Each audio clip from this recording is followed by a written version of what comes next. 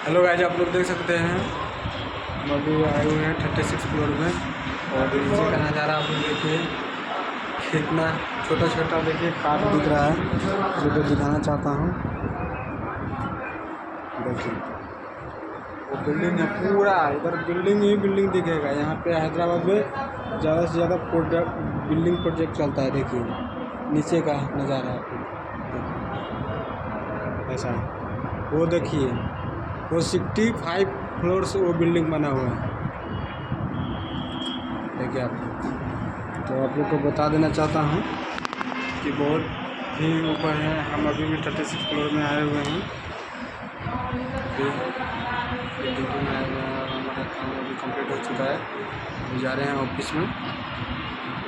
Office में थोड़ा काम है, ऑटोकैड का थोड़ा काम है जो ड्राइंग का फॉर्मेट निकालना है, थोड़ा उसको कंप्लीट करके फिर मिलते हैं नेक्स्ट वीडियो में। तब तक के जय हिंद, जय भारत।